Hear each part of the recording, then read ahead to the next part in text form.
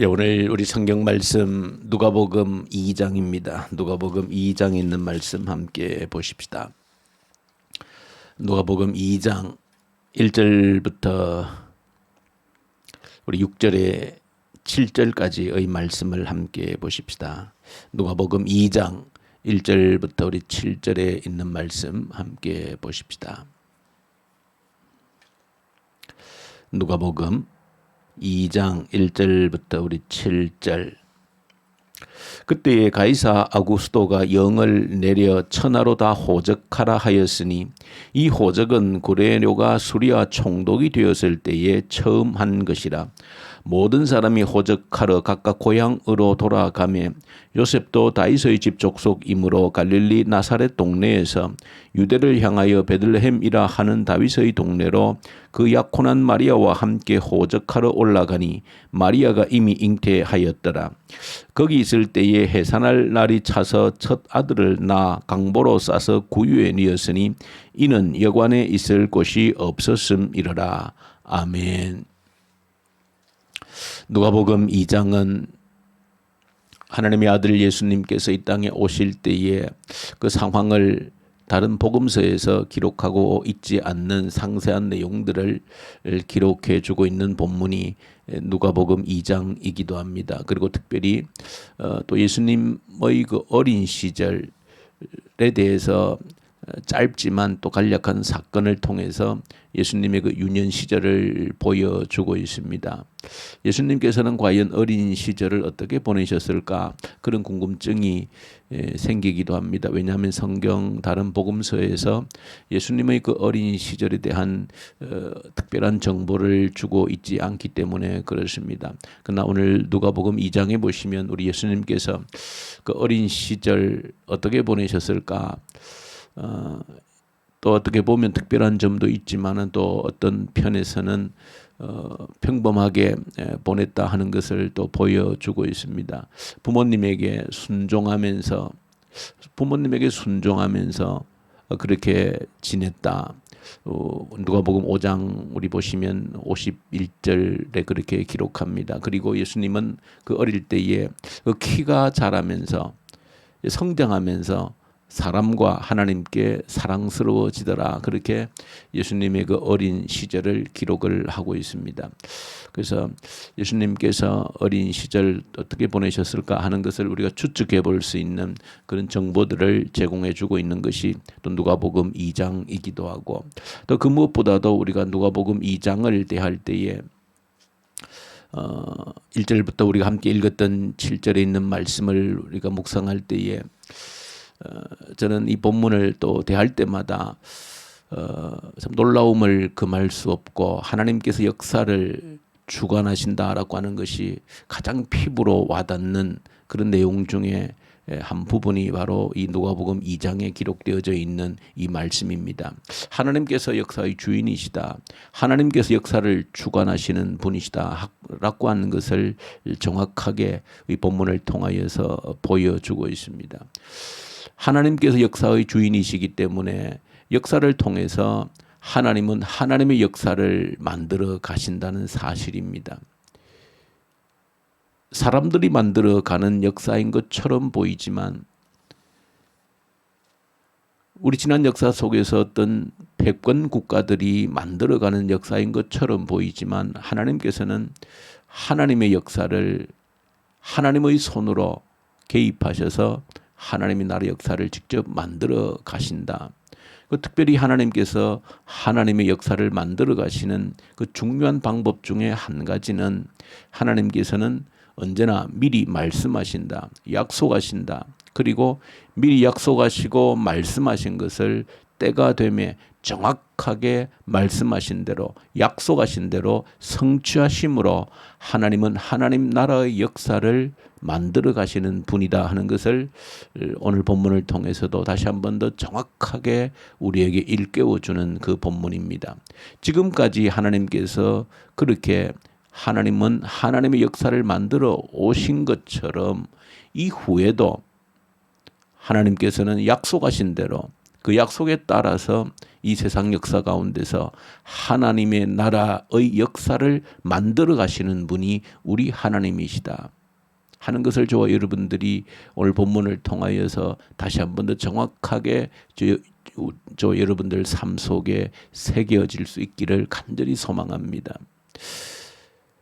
오늘 본문에 보시면은 하나님께서 약속하신 것들이 어떻게 성취가 되어지는지를 정확하게 보여주고 있습니다.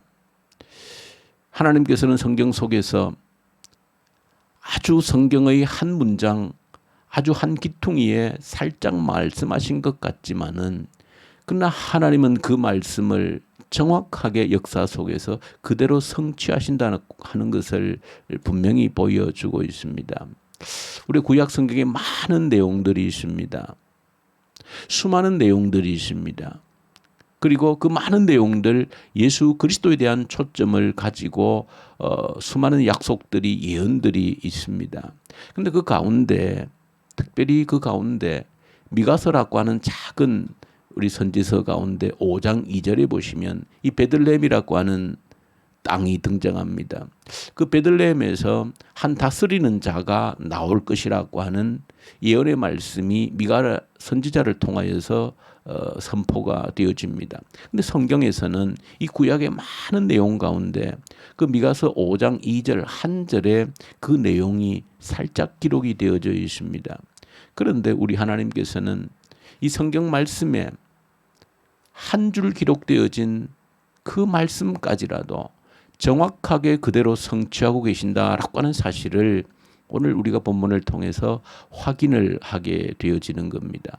하나님께서 약속하신 그 말씀을 어떻게 얼마나 정확하게 철저하게 성취해 가시는가 하는 것을 우리에게 보여주시는 것은 이후 남은 역사도 하나님은 그렇게 남은 역사를 만들어 갈 것이라고 하는 사실을 저와 여러분들이 적어도 알고 우리의 시간들을 우리가 사는 시간들은 결국 역사를 만들어가는 시간인데 이 역사는 우리가 지금도 힘이 있는 나라 강대국들에 의해서 그저 그렇게 굴러가는 역사가 아니라 그 속에서 하나님은 하나님의 역사를 정확하게 하나님의 시간에 따라서 하나님의 약속하신 말씀에 따라서 이루어 간다는 사실에 저와 여러분들이 초점을 정확히 두고 오늘 이 세상을 오늘 하루를 우리 남은 시간을 살아갈 수 있는 저와 여러분들이 되어져야 한다는 사실입니다. 보시면 이제 하나님의 아들이 이 땅에 오실 때에 베들레헴이라고 하는 그곳에서 예수님이 하나님의 아들이 태어나셔야 되는데 그 베들레헴이라고 하는 것은 지리적으로 그 예루살렘에서 남서쪽으로 한 10km 정도 떨어진 곳입니다. 그런데 하나님의 아들을 잉태한 마리아가 살고 있는 것은 그 베들레헴보다는 훨씬 북쪽에 지금 살고 있습니다. 갈릴리 호수 동쪽에 있는 나사렛이라고 하는 작은 동네에 이 마리아와 요셉이 살고 있습니다. 한번 저는 이 광경을 여러분들 한번 묵상해 보시면 정말로 하나님께서 일하심이 두렵고 놀랍고 섬세하고 정확하다라고 하는 사실에 다시 한 번 더 저와 여러분들이 놀랄 수 있기를 간절히 소망합니다. 요셉과 마리아는 지금 북쪽에 정확하게 보시면 남쪽 베들레헴에서 그 북쪽 나사렛 동네까지는 적어도 길이 230km의 길입니다. 직선거리가 170km 정도가 되기 때문에 당시에 그 꾸불꾸불한 길을 예상하면 230km 정도의 길입니다. 저 정도라면 걸어서 그 길을 이동하려고 그러면 적어도 10일 정도의 시간이 소요가 됩니다. 이런 상황을 생각해 보시면 지금 성경 말씀에 예언된 대로라면 하나님의 아들은 어디에서 베들레헴에서 태어나야 되는 것입니다. 그런데 지금 그 마리아와 요셉은 그 북쪽 230km 북쪽 나사렛 동네에 살고 있는 것입니다. 지금처럼 교통수단이 있는 것도 아니고 그저 옮기려면 걸어서 옮겨야 되는데 그러나 하나님은 반드시 하나님의 아들은 베들레헴에서 태어나야 된다. 그 약속을 하셨기 때문에 오늘 본문 말씀을 통해서 우리에게 보여주시는 가장 중요한 것은 하나님께서 하나님의 약속하신 그 성취를 약속을 정확하게 어떻게 이루어 가시는가 하는 것을 정확히 보여주고 있는 것입니다. 하나님께서는 이 일을 이루시기 위해서 그 북쪽 나사렛에 있는 마리아와 요셉을 남쪽 베들레헴으로 옮기시기 위해서 하나님의 약속을 그대로 성취하시기 위해서 오늘 1절에 기록하고 있는 대로 아구스토라고 하는 이 사람, 로마의 초대 황제입니다. 아우구스투스. 그의 본래 이름은 옥타비아누스 황제입니다.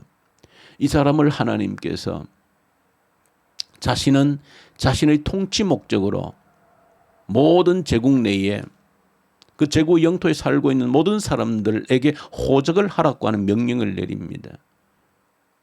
그 명령의 목적은 분명할 것입니다. 통치의 목적으로 세금을 걷어들일 목적이든지 군대의 수를 징집하기 위한 목적이든지 그런 정치적인 목적으로 통치의 목적으로 그는 모든 제국 내의 사람들에게 호적을 하라는 등록하라는 명령을 내리는데 그 호적 등록은 자기 본거지 요즘 같으면 고향에 가서 호적을 등록해야 되는데 생각해 보시면 로마 황실에서 모든 제국 내의 백성들은 호적을 하라고 한 칙서를 내려서 그 칙서가 그 로마 이탈리아에서 이 베들레헴 이 나사렛 팔레스타인 땅까지 전달되기에도 그 과정을 우리가 한번 추측해 보면 2000년 전에 사람들에 의해서 황제의 칙령이 전달되어지고 지금처럼 어떤 문서가 있는 것도 아니고 전호가 있는 것도 아니고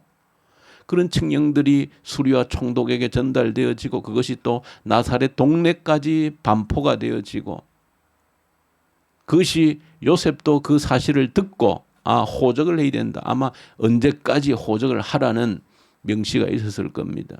그것을 듣고 이제 호적을 하기 위해서 그 정혼한 마리아를 데리고 호적하기 위해서 그 자기의 본래 고향이 다윗의 동네 베들레헴이기 때문에 요셉이 베들레헴으로 가게 되어진 겁니다. 그 열흘이라고 하는 긴 여정을 통하여서 이런 과정 통해서 이제 베들레헴에 도착했을 때 해산할 때가 되었다는 것입니다.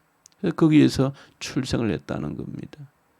이것이 바로 하나님께서 약속하신 그 내용을 정확하게 성취해 가시는 그 모습을 그대로 보여주고 있을 때 하나님께서 하신 말씀이 1.1획도 틀림이 없다라고 하는 것을 정확하게 누구를 통해서라도 하나님 어떤 일을 통해서라도 이루어내신다라고 하는 사실을 저와 여러분들이 오늘 본문을 통해서 확인하셔야 되고 이것을 확인하는 것이 우리에게 필요한 것은 지난 역사가 그러했던 것처럼 남은 역사가 이렇게 정확히 똑같이 이루어질 것이라는 겁니다. 왜냐하면 주님의 재림을 약속하셨기 때문에 그렇습니다. 구름 타고 승천하시는 그 주님의 모습을 마지막 바라보고 있는 제자들에게 천사들이 분명히 전해준 이야기가 있습니다. 사도행전 1장에 기록되어져 있지 않습니까? 너희가 하늘로 쳐다본 지금 하늘로 올리우신 이 예수는 너희가 본 그대로 다시 오시리라. 그렇게 분명하게 약속을 하신 겁니다. 그 외에도 수많은 주님 재림의 약속들이 있습니다. 다시 오시겠다라고 하는 수많은 약속들이 있습니다. 그저 베들레헴에 오신다라고 하는 그 약속이 미가서 5장에 한 절 정도에 있는 것이 아니라 주님의 다시 오심에 대한 약속은 곳곳에 기록이 되어져 있습니다. 그렇다면 주님은 그 약속에 따라서 반드시 성취하실 때가 온다라고 하는 사실을 저 여러분들이 기억하셔야 된다. 그 외에 성경의 모든 약속들은 반드시 이루어진다는 사실을 저와 여러분들이 알고 붙들어야 되는 것입니다. 그 외에도 우리가 붙들 수 있는 약속은 수많은 약속들이 있습니다. 그 약속을 붙들면 하나님은 하나님이 하신 그 약속에 대해서 반드시 보증하시고 이루어 주신다는 사실을 저와 여러분들이 알고, 이 성경, 이게 약속의 책 아닙니까? 구약이 약속이고 신약이 약속입니다. 약속의 책을 저와 여러분이 붙들고 있을 때에 하나님의 약속을 이렇게 철저하게 성취하신다라고 할 때에 저와 여러분들이 이 성경 기록되어져 있는 수많은 그 약속들을 내가 붙들고, 하나님 이렇게 약속하지 않으셨습니까? 이 약속이 나를 통하여서 이루어지기 원합니다. 그것이 저와 여러분들이 이 땅을 살아가는 신앙생활의, 믿음 생활의 재미와 맛이 되어져야 되는 것이다. 하나님은 약속하신 것을 반드시 성취하시는 분이시다. 그러므로 이 약속을 붙들지 않고서는 신앙생활에 재미가 없는 것입니다. 그 약속을 붙들고 그 약속을 이루어줄 하나님을 기다리며 기대하며 살아가는 것이 진정으로 우리가 예수 믿는 신앙생활하는, 믿음 생활하는 맛이라고 하는 것입니다. 약속의 책을 붙들고 있으면서, 들고 있으면서 내가 진정으로 매일 새벽마다 하나님께 내어놓는, 하나님 이 약속을 하시지 않았습니까? 이 약속을 내게 반드시 이루어 주십시오. 성취하게 도와주십시오. 그런 제목이 없다면 예수 믿는 아무런 재미가 없는 것입니다. 예수 믿는 재미는, 우리 신앙의 믿음의 재미라고 하는 것은 약속하신 하나님, 그 약속을 반드시 성취하시는 그 하나님을 바라보고 우리가 말씀을 붙들고 약속을 붙들고 나가는 것입니다.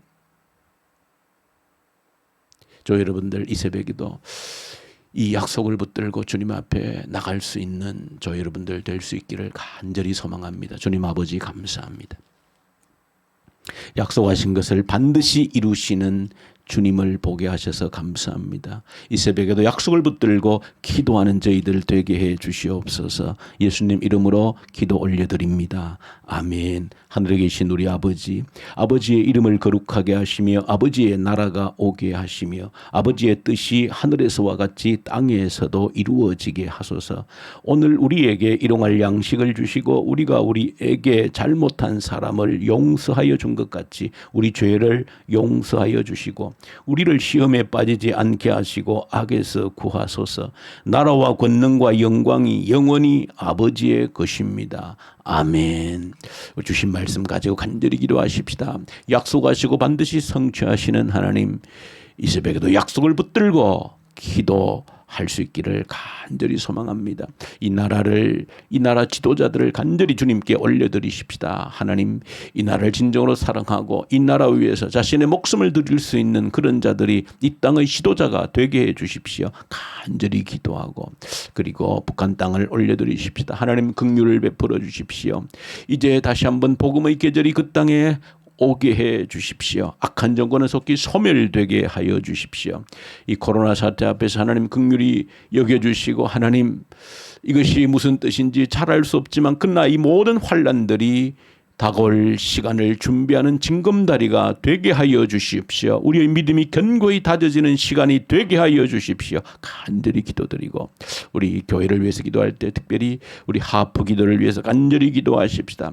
우리가 붙들어야 될 놀라운 약속 가운데 가장 중요한 약속, 성령 충만하게 해주시겠다는 그 약속입니다. 그 성령의 충만한 약속이 이루어지면 회개하는 대각성이 일어납니다. 부흥이 일어납니다. 그리하면 우리의 미래 세대를 준비할 수 있는 놀라운 역사들이 일어납니다. 우리 하프 기도를 위해서 간절히 기도드리십시다. 그리고 선교현장들, 특히 이집트, 인도 이 사역 모든 선교사님들에게 말씀과 성령으로 동일하게 충만케 하시옵소서. 간절히 우리 기도 올려드리십시다. 우리 기도하십시다.